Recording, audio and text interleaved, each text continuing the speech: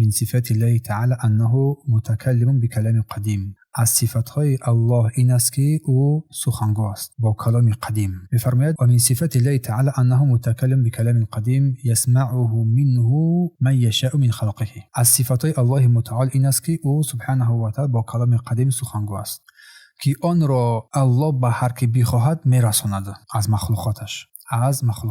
سمعه موسی علیه السلام، سخن الله سبحانه و تعالی را موسی علیه السلام شنید از الله بدون یگان واسطه، من غیر واسطه، بدون یگان واسطه سخن الله را شنید. سمعه جبرائیل علیه السلام، جبرائیل علیه السلام سخن الله سبحانه و تعالی را شنید. و من اذن له من الملائکه و رسله، و همچنین آن کسانی را که الله سبحانه و تعالی از فرشتگان و پیامبران که الله اجازه داده است که سخن او سبحانه و تعالی کلام او سبحانه و تعالی را بشنود، کلام او سبحانه و تعالی بشنود. می‌فرماید ابن قدامه و انه سبحانه یکلم المؤمنین فی آخره، اینکه الله سبحانه و تعالی با مؤمنان در روز آخرت سخن خواهد گفت. با مؤمنان الله سبحانه و تعالی در روز آخرت سخن میگوید و یکلمونه، و آنها مؤمنان با الله سبحانه و تعالی نیز سخن میگوید و همچنین با آنها بر مؤمنان اجازه میدهد که او سبحانه و تعالی را زیارت کنند. الله سبحانه و تعالی در سوره النساء آیه 64 میفرماید و کلم الله موسی تکلیما، الله با موسی علیه السلام سخن گفت، سخن گفتنیه. و فرمود در سوره اعراف آیه 44 یا موسی، ای موسی، انی اصطفیتک علی الناس برسالاتی و بکلامی، ای موسی، من تو را با این رسالت و کلامم میان مردم برگزیدم. و در سوره بقره آیه 253 میفرماید که منهم من کلم الله، از میان آنها کسانی هستند که با الله و که الله با آنها سخن گفته است. و قول الله سبحانه و تعالی در سوره شورا آیه 31 و ما کان لبشر ان یکلمه الله الا وحیا او من وراء حجاب، برای هیچ انسان نشاید که الله با او سخن گوید جز به وسیله وحی یا از پس یا پشت پرده.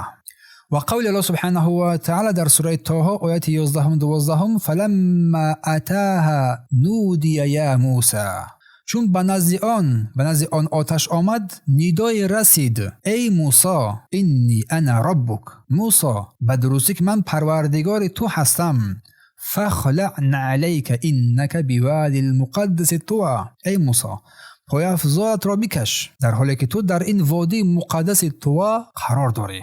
و قول الله سبحانه و تعالی در سوره طه اننی انا الله لا اله الا انا فاعبدنی، بدون شک و تردید من الله هستم و معبود جز من نیست، پس من را پرستش نمایید. پس هیچ کس جز الله سبحانه و تعالی این سخن را گفتن نمیتواند. و قال عبدالله ابن مسعود، این آیه های کریمه در بیان اینکه الله سبحانه و تعالی سخنگو هست، سخن میگوید به هر کسی که از بندگانش بخواهد. و عبدالله ابن مسعود رضی الله عنه فرمود اذا تکلم الله بالوحی، وقتی که الله سبحانه و تعالی با وحی سخن میگوید، وقتی که الله سبحانه و تعالی با وحی سخن میگوید سمع صوته اهل السماء، صدای او سبحانه و تعالی را اهل آسمان میشنود. و همچنین از عبدالله ابن انیس روایت است میگه ان النبی صلی الله علیه و سلم انه قال، اینکه رسول الله صلی الله علیه و سلم فرمودند یحشر الله الخلائق یوم القیامت، الله سبحانه و تعالی در روز قیامت تمام مخلوقات را برمی انگیزد، حشر میکند، حفاتا غرلا بهما، برهنه، پایلوج، ختنه نشده، فینادیهم بصوت یسمعه، من ندا میکنه در این هنگام بر سوی مردم، بر سوی تمام این خلایق در روز قیامت، آنگاه بر سوی آنها صدا میکند، ندا میکند که هر کی چی در نزدیک باشد و چی در دور باشد آن را خوب میشنود. و چی میگوید؟ انا الملک، انا الدیان، من پادشاه هستم، من داوری حقیقی هستم. این حدیث را بخاری روایت کرده است و آن را همچون دلیل استفاده برده است در بیان سخن الله، سخنگوی الله سبحانه و تعالی.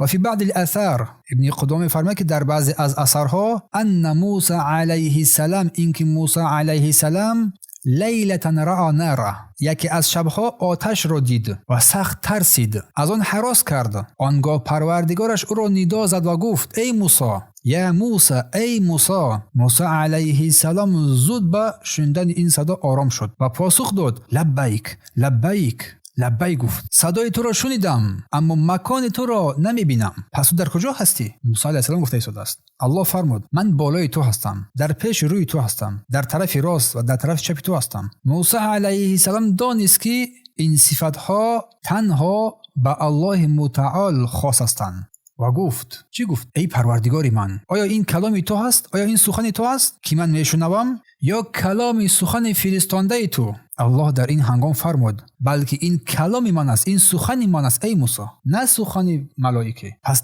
دیگری از صفاتهای الله شرح دهنده میگوید دیگری از صفاتهای الله این چی بوده است؟ الکلام، سخن گفتن.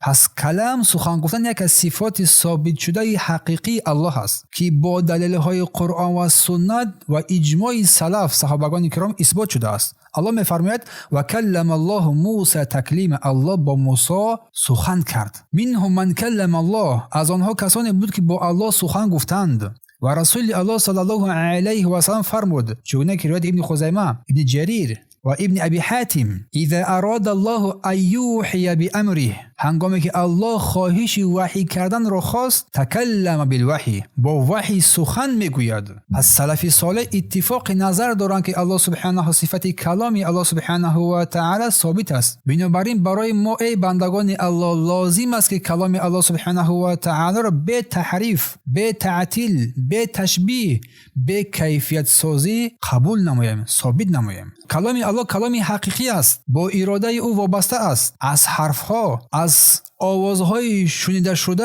عبارت است. چگونه که الله می‌فرماید ولما جاء موسی لمیقاتنا، و وقتی که موسی برای ملاقات با ما آمد، و کلمه ربه، پروردگارش با او سخن گفت. سوره اعراف آیه 143. سخن گفتن پس از آمدن موسی علیه السلام اتفاق افتاد. این دلیل وابستگی آن به اراده الله سبحانه و تعالی.